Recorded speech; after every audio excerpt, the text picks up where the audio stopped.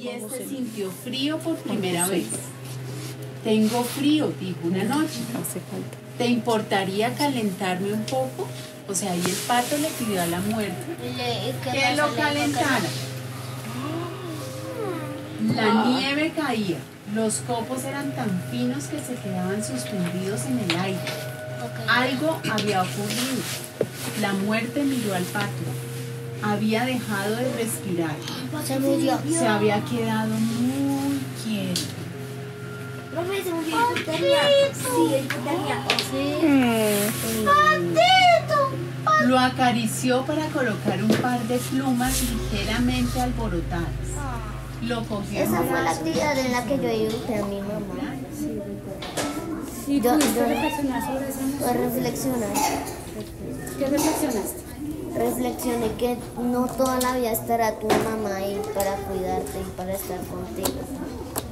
Pero que también habrán otras personas Pero que están con ellos. sí, que también habrán otras que no te dejarán solo. El proyecto Lectura, Escritura e Ilustración, lenguajes para narrar los sentimientos del miedo, la discriminación, el duelo y la noción de hogar, nació como resultado de unas experiencias que previamente las docentes traíamos en relación con trabajo con comunidad, lectura e ilustración. Este proyecto está específicamente destinado a trabajar con una fundación, la Fundación Perros Sin Raza, con niños entre edades desde los 6 hasta los 12 años, y lo que busca es generar espacios en los cuales se pueda conversar a partir de la lectura de una serie de libros que fueron previamente seleccionados, conversar sobre los sentimientos y las experiencias que nos desencadena el miedo, la pérdida, el duelo, la discriminación y ese sentido de lo que es un hogar. Este proyecto busca generar a partir de la lectura unos espacios de conversación en donde los niños y las niñas tengan la posibilidad de identificar que hay otros seres, que hay otros sujetos que han tenido ciertas experiencias quizás semejantes a las suyas o encontrarse con experiencias nuevas, diferentes a las propias, pero que de una u otra manera les permite entender cómo se vive y cómo se supera el miedo, el duelo, la discriminación y cómo podemos denominar un hogar más allá del sentido físico y de la estructura física o de la conformación tradicional de la familia. Un hogar es aquello que nos acoge, en donde nos sentimos seguros, en donde podemos compartir. Entonces, ese es el sentido de este proyecto, poder generar una conversación y a partir de esta poder entender, comprender eso que experimentamos. Porque a mí me gustó de que en mi casa haya paz, amor, tranquilidad, risas, energía, alimentación, felicidad.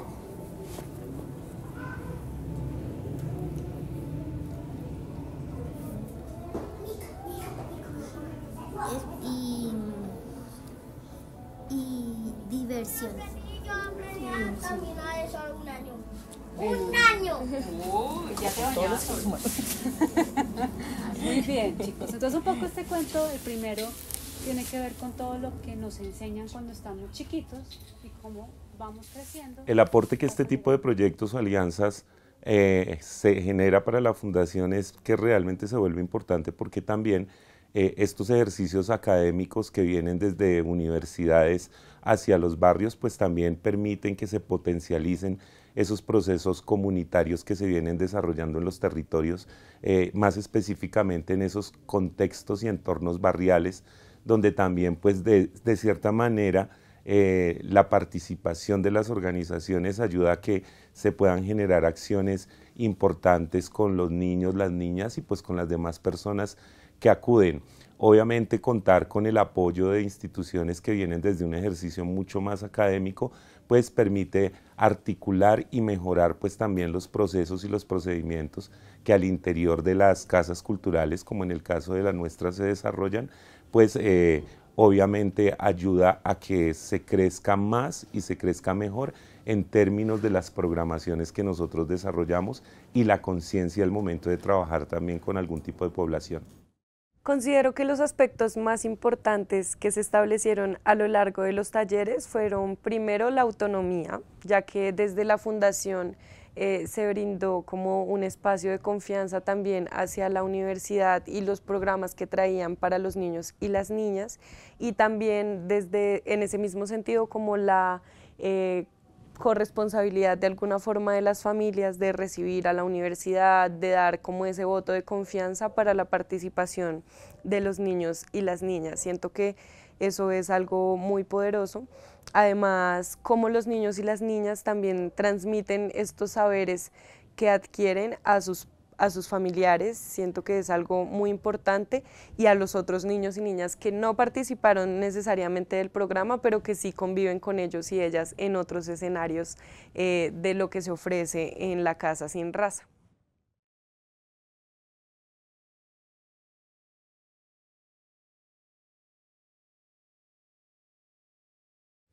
El taller se considera un espacio ideal para generar formación, reflexión y creación. Esto lo conectamos con los espacios que desarrollamos con los talleres, los 8 talleres en la Fundación, haciendo una estructura que nos permitió planear el desarrollo y llevar a cabo el trabajo con los niños. Entonces, lo que nos imaginamos inicialmente fue cómo entramos a esa primera parte para conocer a los niños, para entender, para que también nos conocieran, y la mediación que hicimos fue a través de los libros que seleccionamos. Entonces comenzamos con un saludo, una actividad que los relajara, los conectara también con el espacio donde estaban. Después de eso hacíamos una lectura del libro seleccionado o que le correspondía al taller que íbamos a llevar a cabo. De esa lectura se generó un espacio de conversación y de reflexión.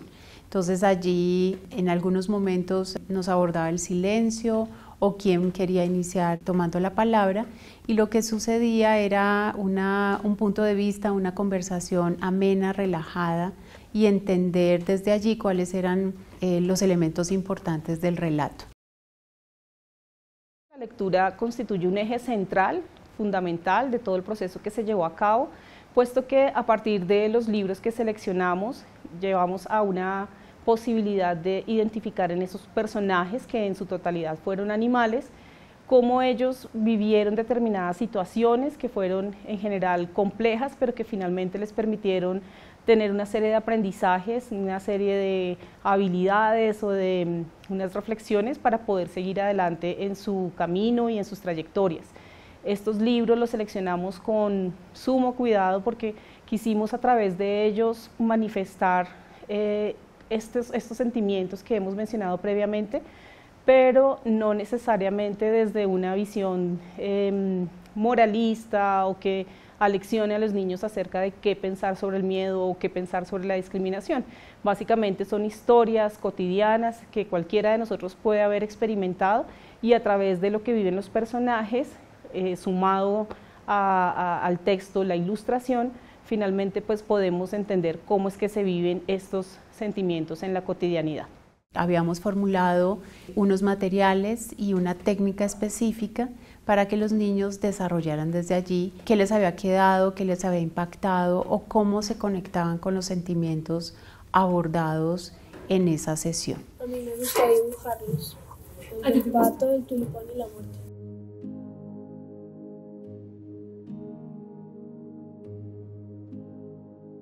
Tuvimos técnicas donde el lápiz grafito y el carboncillo les permitió abordar esa representación desde el blanco y negro en un espacio blanco, que era la hoja, la posibilidad de definir dónde iban a ubicar el animal, el personaje o ese relato que querían construir, hasta el collage o el uso de diferentes materiales, cuando hicimos por ejemplo el fanzine, que allí nos permitió los dobleces, el plegado, la formulación de una narrativa o una secuencia que en muchos casos era fácil de entender, pero esos espacios de creación permitían que los niños tuvieran la libertad de proponer sin que los cuestionáramos, ¿sí? Las preguntas que hacíamos eran más para reafirmar lo que nos querían compartir o para responder preguntas que surgían a lo largo del desarrollo de las actividades.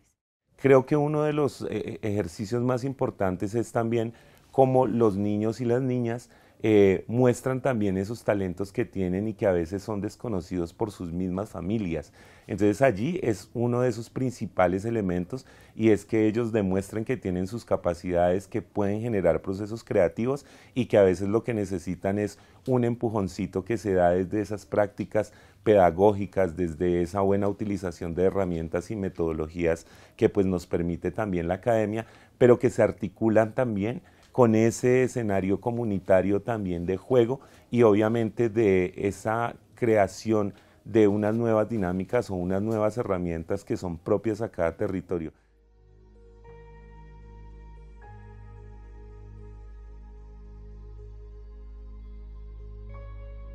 La propuesta fue desarrollar una pieza que tuviera unas condiciones similares a una bitácora que permitiera que los niños registraran allí lo que sucedía después del taller, porque no era para que lo usaran en el taller, sino en su casa acompañado de su mamá, de su papá o de su cuidador, y de esa manera hiciera una reflexión más sosegada, íntima, que le permitiera registrar lo que había vivido, lo que había sucedido o lo que le había llamado la atención.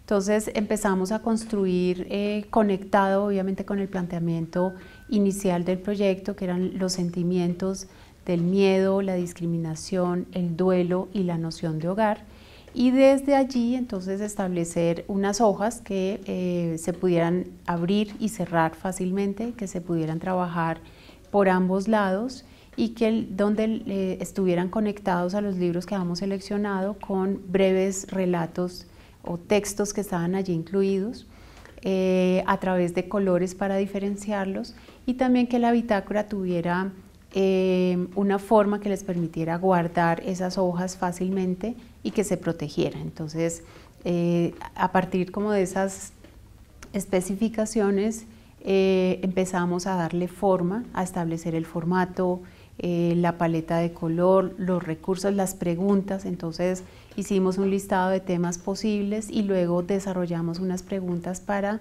llevar a cabo unas actividades, proponerles a los niños que desarrollaran actividades que involucraran la escritura, el dibujo o la elaboración de objetos que pudieran pegar. Lo que más me gustó de la bitácora fue que pudimos hacer unos talleres muy chéveres, como el de recolectar las hojas, el de poner como una macetita con origami, y esas actividades chéveres de salir a lugares para hacerlo, me parece una muy buena idea. Llegaban en las tardes como compartiendo sus bitácoras, que para ellos también fue algo muy significativo, ¿no? Como el tener el material, poder sentir lo suyo y irlo apropiando en todos estos escenarios también era muy significativo para ellos. Les gustaba su bitácora y eso manifestaban también, y también se sentían muy a gusto con las personas que les acompañaron. Especialmente seleccionamos estos sentimientos pensando especialmente en los niños y las niñas, cuáles son esas emociones, esos sentimientos que son más difíciles de poder expresar, sobre todo cuando somos niños y somos niñas y hemos tenido situaciones difíciles que muchas veces entre los adultos las pueden hablar, pero que a los niños y a las niñas no necesariamente se les habla. Y ellos también las experimentan, ellos también las están viviendo, ellos también las están sintiendo, pero muchas veces las expresan de maneras diferentes o no tienen esos espacios para expresarlas. Es por ello que quisimos desarrollar este proyecto de investigación-creación pensando en ello.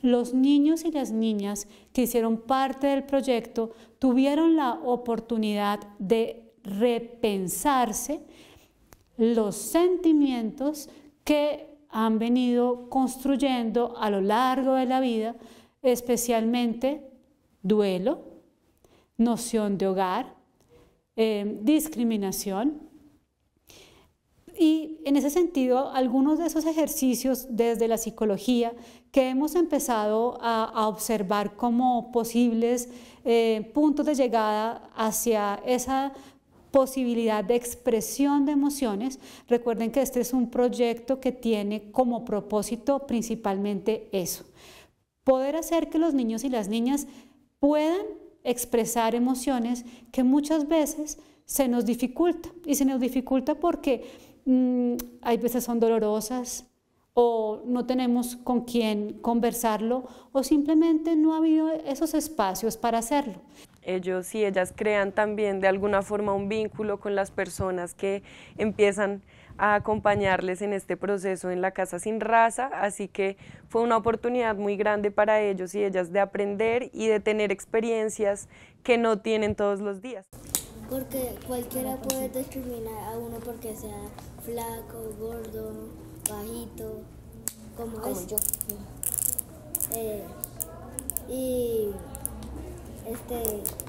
Para mí no me gusta discriminar a nadie así. Entonces elegí esa para no discriminar a nadie. Para reconocer que no está bien discriminar a nadie. Sí.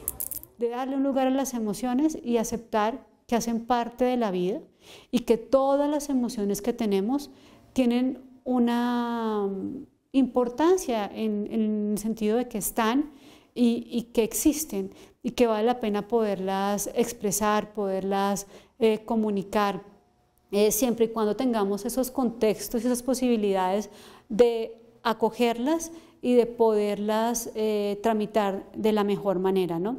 Creo que eso también es supremamente importante y es uno de los grandes logros de este proyecto. El proyecto permitió trabajar pues como diferentes emociones también, diferentes sentimientos, y es importante recoger como esa percepción que ellos y ellas pueden tener también frente al miedo y cómo viven también algunos escenarios de discriminación en sus entornos. Esos sentimientos de valía, esos sentimientos de importancia, de que tienen un lugar, de que son reconocidos, pues también empiezan a ser muy significativos para que en esos contextos en donde han sentido discriminación, ellos también se sientan más fuertes y con más posibilidades de enfrentar estas situaciones que en muchas ocasiones, pues por supuesto, son difíciles para ellos y para ellas. Es importante el ejercicio de alianza y el trabajo porque precisamente el espacio en el que se desarrollaron la mayor cantidad de actividades es un espacio que nosotros acá autodenominamos Casa Sin Raza. En ese orden de ideas también se generan unos espacios que son protectores y ellos los empiezan a vivir también de esa manera, es decir, este ejercicio que trabajamos con la universidad permite seguir afianzando esas necesidades de tener unos entornos y unos lugares precisamente que tengan esas condiciones de seguridad para la niñez, donde puedan hablar, donde puedan expresar y donde puedan compartir con sus pares.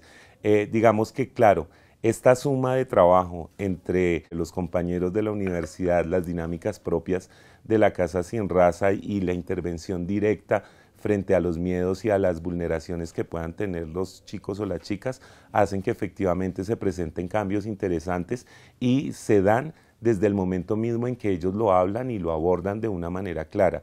O sea, el simple hecho de reconocer que nadie puede tocar sus cuerpos, que nadie puede vulnerarlos, ya se vuelve un avance importante en reconocer pues nuestros derechos humanos y esos derechos de la niñez. Entonces el aporte pues fundamental y los cambios se van manteniendo y se hacen significativos en el trato con los otros y las otras.